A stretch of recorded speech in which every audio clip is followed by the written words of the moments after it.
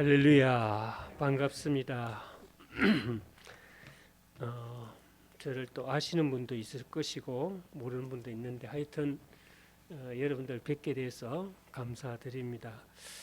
요즘 저 교회에서는 제가 목회를 오래 하다 보니까 지인분들이 많이 소천하셔요. 바짝 요즘 이렇게 죽는 분들이 많이 계세요. 그래서 참 안타깝고 마음이 굉장히 슬픈 마음입니다. 그래서 지난주에도 금요일 날 한 분이 돌아가셔가지고 제가 그 장례식장에 갔다가 주일날 예배를 드리기 전에 근사님하고 얘기를 하면서 요즘 우리 교회에 죽는 사람이 많이 생겼는데 기도 좀 해야 되겠다, 그런 대화를 나눴습니다. 근데 재밌는 게요, 그런 대화를 하다 보니까 제 머리에 인식이 돼가 그런지요, 우리 저는 합동 목사입니다.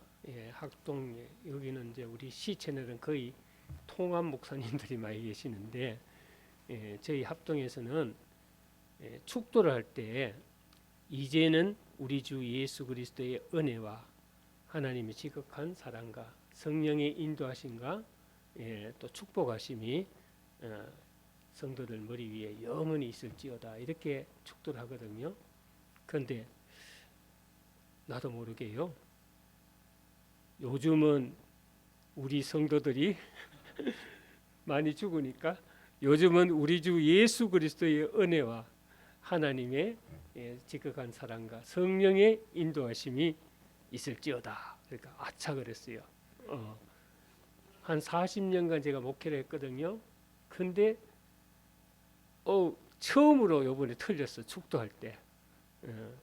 그래서 내려오니까 근사님이, 목사님 축도 틀린 거 아세요? 그래, 안다 그랬어요. 괜히 근사님하고 그 죽는 거 얘기하고 올라가니까 내가 요즘이라고 나오잖냐고.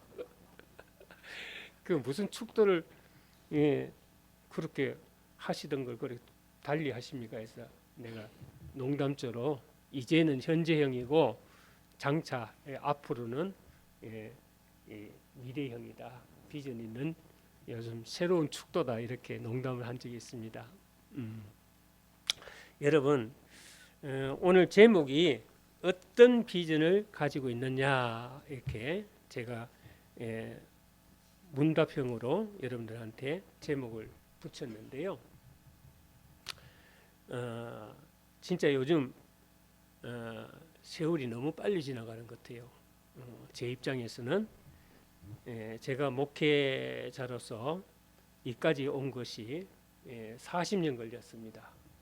40년 동안 목회를 하고, 제가 심호하던 교회들이 저 경기도 광주에 은혜 성산교회라고 있고요, 또 춘천에 새생명교회라고 있고, 제가 미국, 일본 또 외국의 교회를 한 4-5개 세우고요, 국내까지 다 합하면 14개 교회를 제가 개척해서 부흥시키고, 또 이제 은퇴하고 나서 이제 우리 교단에서는 65세가 되면 다 은퇴시키거든요. 은퇴하고 나서 나이 들어서라도 복음을 좀 전해야 되겠다. 그래서 총회장한테 부탁을 해가지고 분당에, 요거보다 더 적은 성전입니다, 그런 성전에서 다시, 아직은 현직이에요. 은퇴는 했지만은 아직은 현직 목회자로서 교회를 하고 있습니다. 그래서 열심히 제가 최선을 다해서 복음 전파를 위해서 애쓰고 있다는 생각은 가지고 있습니다. 그래서 선교 사역과 목회 사역을 제 자신 나름대로는 잘 감당한 것 같은데, 이제 뭐 그거는 평가는 하늘나라 가봐야 알겠죠. 그래서 늘 기도는 하고 있는데, 제가 한 가지 하나님한테 맹세한 게 있어요. 무슨 맹세를 했느냐? 살이 흩어지고 뼈가 가루가 되더라도 주님 영광을 위해서 내가 살겠습니다. 이런 서원 기도를 한 적이 있어요. 그래서 지금까지도 쉬지 못하고 고생합니다. 저는 이제 미국에 집이 있어요. 우리 가족들이 다 미국에 있는데 저 혼자 여기 들어가지고 지금 한 20년째 목회를 하고 있습니다. 정말 쉬지 못하고 하루도 거르지 않고 지금까지 달려온 것 같아요. 근데 요즘은 이제 나이가 있어서 그런지 자다가 문득 깨서 제가 생각해봐요. 무엇을 위해서 어떻게 사역을 했는지 되돌아보면요, 너무 허무한 것 같아요. 열심히는 했다고 생각하는데, 그런데 제가 주님한테 약속한 게 있어가지고 저는 죽을 때까지 쉬지 않고 이 사역을 해야 될 것 같아요. 선교 사역을. 그래서 저는 여러 가지로 이제 미국에 가면 우리 집에서 편히 쉴 수 있는 그런 여건이 다 돼가 있습니다. 그런데도 아직 여기에서 복음 전파를 위해서 열심히 그런 뛰고 있는 그런 형편이 있습니다. 제가 이 동기부여가 있습니다. 내가 86년도에 목사 안수를 받고 저기 지금은 거기가 막 건물이 들어서고 막 이래가지고 찾기가 어려운데 청계산장 가는 쪽에 보면요, 성남시 고동동이라고 있습니다. 성남시 고동동. 거기 지금 아파트 단지가 들어서 가지고 예전 모습이 하나도 없는데 거기에 등자리골이라고 있어요. 등자리. 우리나라에서 배가 제일 맛있는 배가 나오는 곳이 등자리골이에요. 그래서 거기에서 제가 이제 교회를 시작했는데 개척 교회를 하니까요 너무 힘든 거예요. 밥 굶을 때도 있고 뭐 애가 아파가지고 병원 가야 되는데 병원비도 없고요. 그래서 우리 집 사람은 애를 얻고 친정에 도망가 버리고 저는 홀로 그때부터 외롭게 교회를 지키면서 굉장히 그 힘든 그런 목회 초기였어요. 그래서 이제 위기를 느낀 나머지 내가 이 목회를 꼭 해야 되겠는데 너무 안 되니까 제가 산기도를 다녔어요. 북한산에. 지금은 없을 건데요. 철거가 돼서 없을 건데 옛날에는 그 북한산 위에 올라가면 능력복, 할렐루야복 뭐 이런 게 있어요. 거기 가 보면은 천막교회가 있었어요. 천막교회. 장무식이라는 목사님이 천막교회를 하는데 거기 가면은 거의 금식하러 올라오는 분들이야. 산기도를. 그러면 이제 말 잘 듣고 순종 잘하는 목사님들은 3일 금식 명령이 내려오고요. 그보다도 좀 약간 반항기가 있고 좀 저거 하면은 7일. 그리고 아주 말 안 듣는 인간은 15일.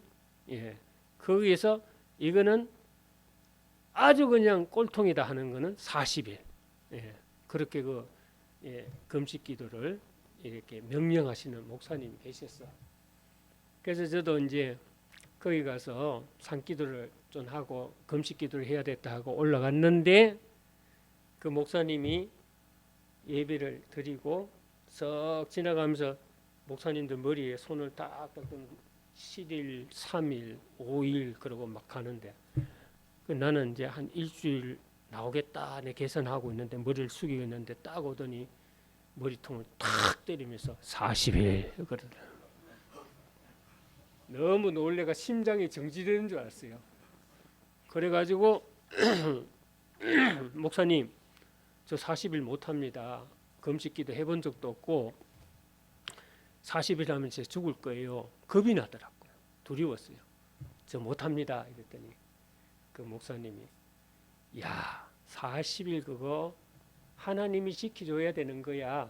금식 왜 해? 네 생명 담보로 해가지고 하나님 응답받으려고 하는 거잖아. 맞는 말이죠. 어차피 기름 부음 받고 주의 종이 됐으니까 한 번은 하나님 만나고 목회해야지 그러더라고요. 그래서 근데 왜 나는 40일입니까? 그러니까 꼴통이라는 거 나보고. 그래서 반드시 하나님 40일 기도해야 된다고 하더라고요. 그래서 야, 지금 제가 한 28kg 빠진 상태거든요. 예, 당뇨하고 혈압하고 콜레스테롤 수치 때문에 10일씩 금식을 7번 했어요. 원래 10일씩 금식을 7번 해가지고 28kg가 빠진 상태예요. 여러분 저 촬영한 사람들 다 알 거예요. 그때 살이 이리 쪘는데 일부러 금식을 열흘씩 해가 7번 하고 나니까 28kg가 빠졌어요. 제가 원래 88kg인데 지금 60kg예요. 그래서 이제 금식 끝나고 나니까 지금 콜레스테롤 또 고혈압 또 당뇨 뭐 이런 것들이 한 6가지 7가지 병이 다 치료가 돼 가지고 약도 끊었어요. 제가 치유하는 목사인데 내가 병 걸려가 고리고리 하니까 이게 말이 이상하게 나오더라고요. 그래서 내가 하나님 방법으로 치료받아야겠다 해가지고 그렇게 한 거예요. 그래서 거기 올라가서 40일을 받았는데 고민이 엄청 많더라고요. 내가 기도해보고 목사님이 아무리 사명감으로 며칠 이렇게 주시는 건 아는데 제가 기도해보고 다 하겠습니다 하고 제가 이제 고민하면서 기도를 했어요. 그 응답이 옵니까? 안 오지. 그러니까 자꾸 40일 하라는 그것만 자꾸 생각이 나는 거야. 그래서 이제 야 죽을 것 같더라고요. 이거는 내가 죽는 거다. 그래서 막 한 이틀 동안 기도하면서 죽는 그 각오를 해야 돼. 40일 하는 게. 여러분들 40일 금식 기도가 말이 40일이죠. 진짜로 이거는 생명 걸고 해야 됩니다. 엉터리로 하면 40일 할 수 있어요. 그런데 진짜로 이제 40일을 해야 되는 거예요. 거기는 밥 먹을 데도 없고 산 꼭대기니까 산에서 나는 물만 먹어야 되는 그런 상황이에요. 그래서 40일 금식 기도 들어갔어요. 죽을 각오를 하고 들어가가지고 하여튼 막 그냥 목이 터지라 뭐 하라 막 그래도 안 죽으려고요. 뒤에 소나무가 있는데 바위에 소나무가 있는데 그 뒤에다가 새끼댕이 이거 저 밧줄로 소나무에 묶어 놓고 왜 졸다가 떨어질까 싶어서 묶어 놓고 이제 그렇게 비닐을 뒤집어 쓰고 하는데 한 39일 딱 됐을 때요. 이제 한상적으로 너무 신비주의로 받지 마시고요. 한상적으로 주님이 오신 거예요. 저한테. 왔는데 음성이 들리더라고요.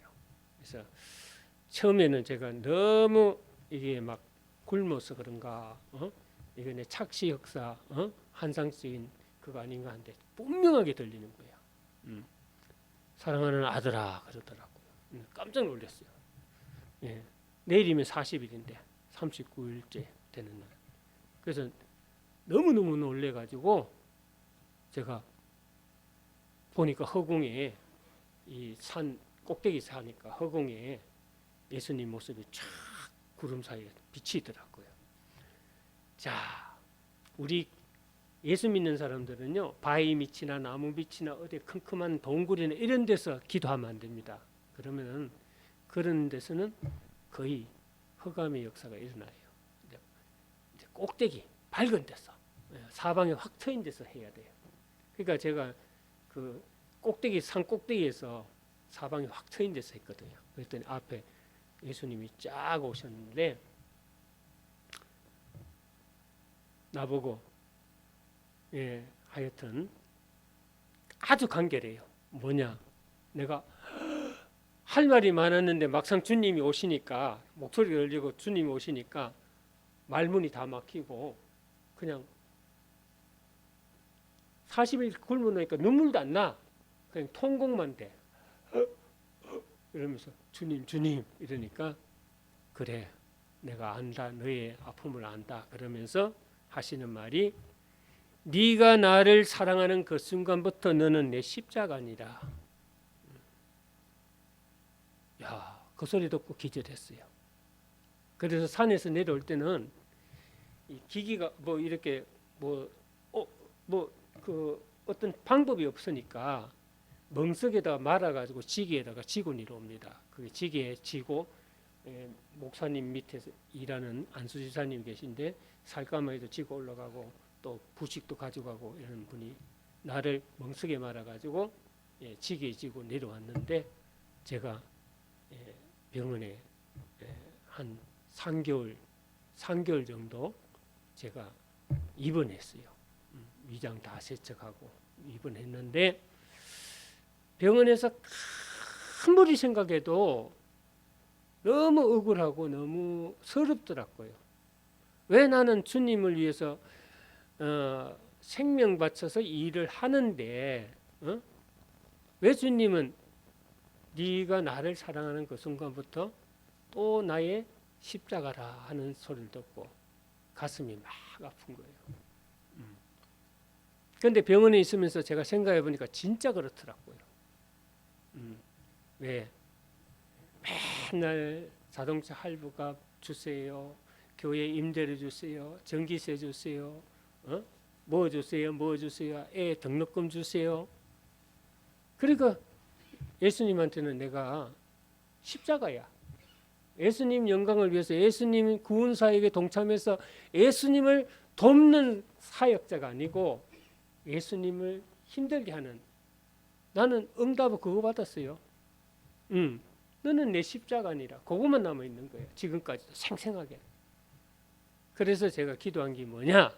그러니까 주님, 앞으로는 주님을 힘들게 하지 않는 주의 종이 되겠습니다.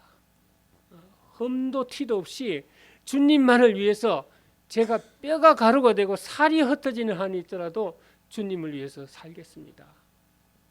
그동안에 내가 주님의 십자가라니 이 말이 되냐 이거죠. 주님의 십자가를 내가 덜어줘야 되는데 덜어주기보다는 내가 주님의 십자가 위에 올라타서 너는 내 십자가 아니라 하는 말을 듣고 나니까 저는 거기서부터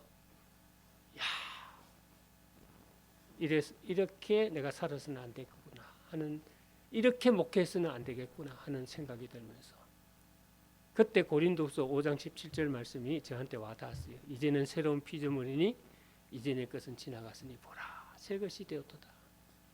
얼마나 울었는지 몰라요. 병원에서 한 달 내내 울었어요.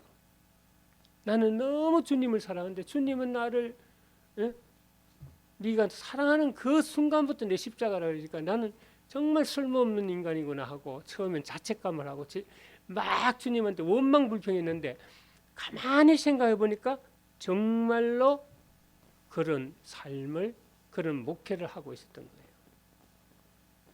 오늘 본문에 나오는 묵시라는 말의 원어의 뜻이 비전입니다. 비전.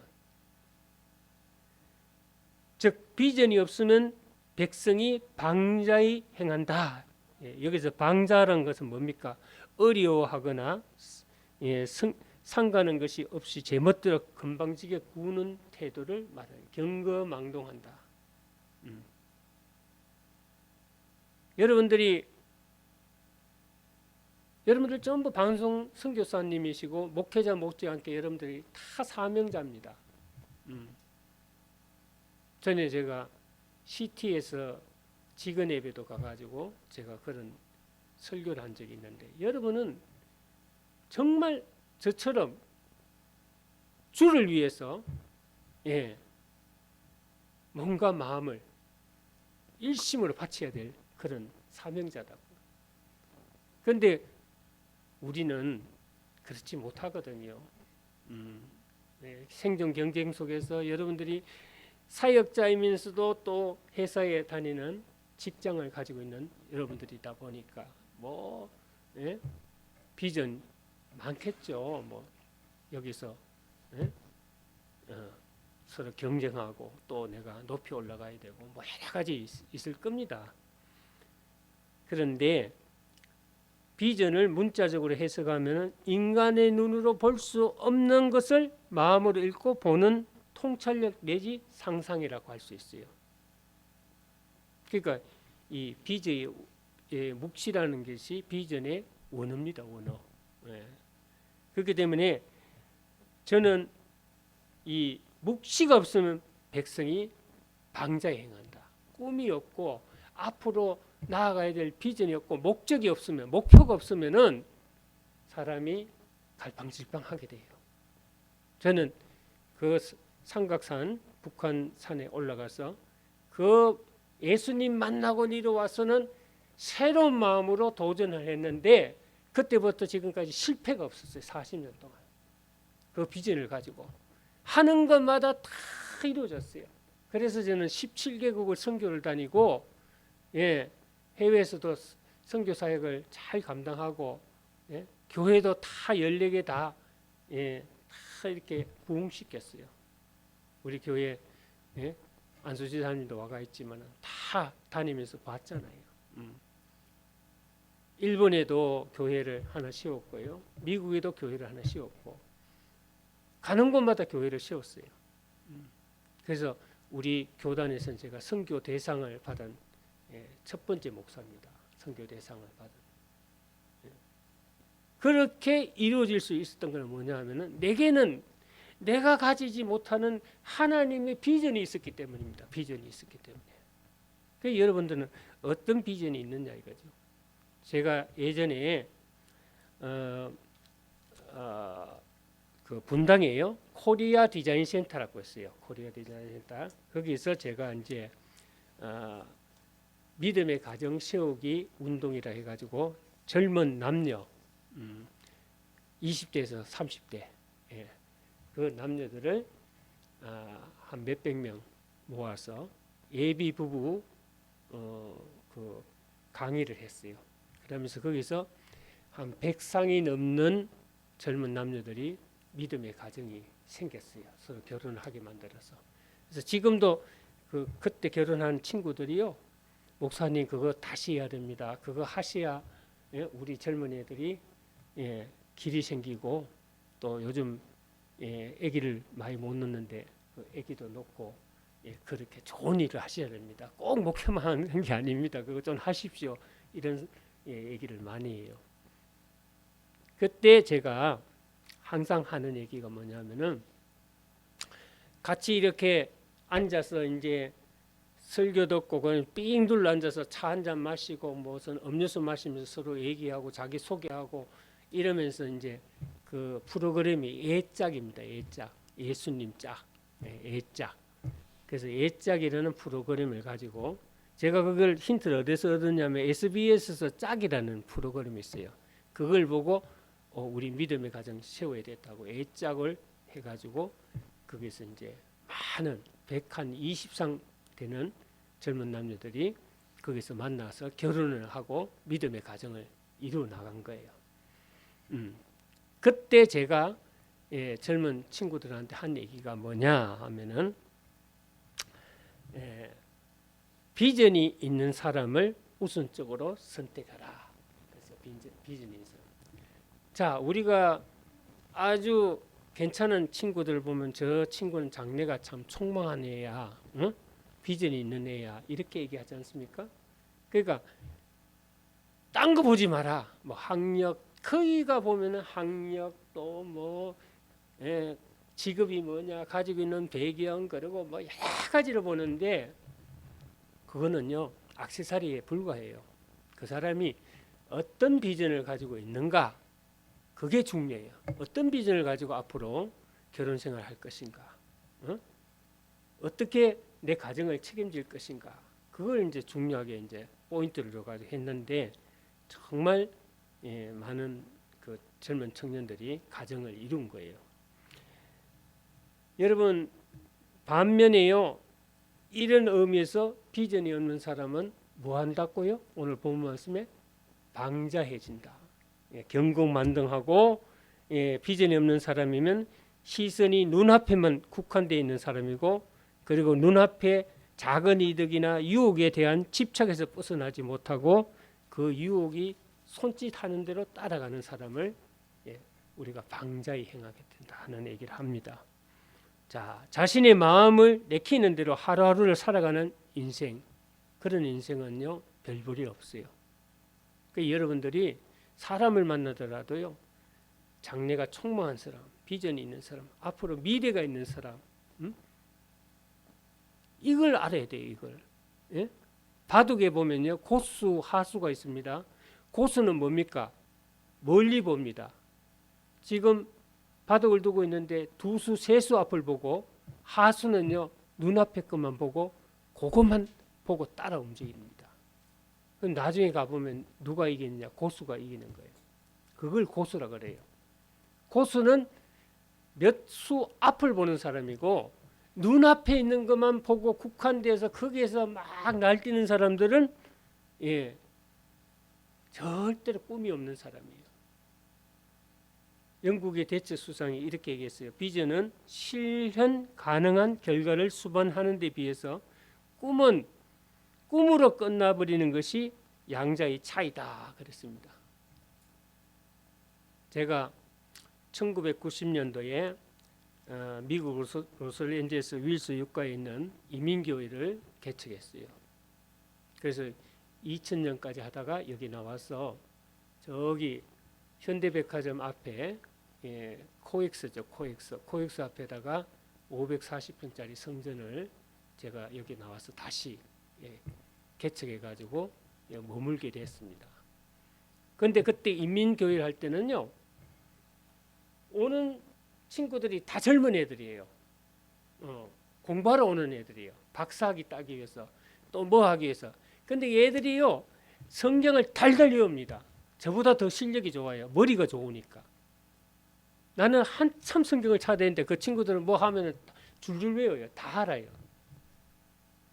그 친구들이 오면서요 100에 100%다 아메리칸 드림을 꿈꾸고 옵니다.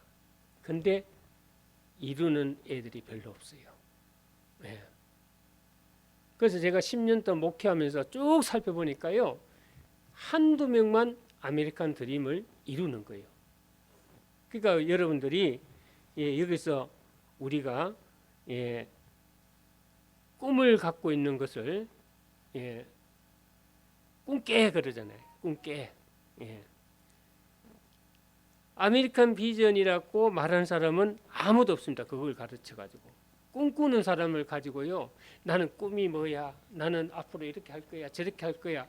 그걸 가지고 우리가 비전이라고 안 합니다. 비전이라는 것은 자기가 이룰 수 있는 꿈, 자기가 실현 가능할 수 있는 꿈, 다른 사람에게도 이익이 되고 내게도 이익이 되고 비전적이고 긍정적이고 밝은 마음으로 모든 사람을 이끌어갈 수 있는 그런 꿈을 우리가 비전이라고 그래요. 요즘 뭐 교회도 비전 센터, 뭐 교회도 뭐 비전 교회 많이 생긴데 과연 그 원어의 뜻을 알고 그렇게 하는지는 모르겠어요. 비전과 유사한 단어가 있어요. 영어로 얘기하면 ambition. 우리가 비전과 유사한 그 단어는 야망입니다. 야망. 이루고자 하는 꿈은 비슷해요. 수단 방법을 가리지 않고 자기 야망을 위해서 뛰는 사람이나 어떤 공공의 이익을 주고 더불어서 많은 사람에게 비전을 제시해주고 자기 꿈을 실현 가능하게 이루 나가는 거하고 이 앰비션하고는 비슷해요. 비전하고 앰비션하고 비슷한데 어마어마한 차이가 있죠. 왜 차이가 있습니까? 여기서 혼돈해서는 안 될 그것은 뭐냐? 야망을 가진 사람들이 현실에 안주하지 않고 열심히 장래를 위해서 뛰는 것은 똑같은데 야망은 자기 욕심에 갇혀서 자기 욕망을 이루려고 하는 거거든요. 그래서 여러분들 야망은 욕망의 산물입니다. 밝고 바람직한 방향으로 향하는 자기 개발이 아니라 오직 자기 주관적인 욕망에 의해서 이기주의적인 인간이 됩니다. 그래서 여러분들 직장 생활에서 또 여러분들 생활 속에서 우리는 하나님의 비전을 가지고 있는 사람을 찾아야 돼요. 자기의 비전을 갖고 있는 사람은 야망에 속한 겁니다. 하나님의 비전을 가진 사람은 자기도 살고 남도 살리고, 야망을 가진 사람은 자기도 죽이고 남도 죽이는 결과를 가져오는 거예요. 그래서 여러분들 아무리 사람을 볼 줄 몰라도 여러분들이 딱 보면 압니다. 비전이 있는 사람하고 자기 욕망에 갇혀서 야망에 사는 사람하고 얼굴 색깔도 틀리고 눈빛도 틀려요. 비전이 있는 사람은 현실 앞에 주저하지 않습니다. 우리의 비전은 오직 하나님 한 분이십니다. 주님 위에는 참된 비전도 바른 비전도 없습니다. 하나님을 비전을 삼는 사람만이 버려야 할 것을 버릴 수 있고 포기해야 할 것을 포기할 수 있습니다. 야망의 노예가 되지 않아야 돼요. 그래서 우리가 믿음이 뭡니까?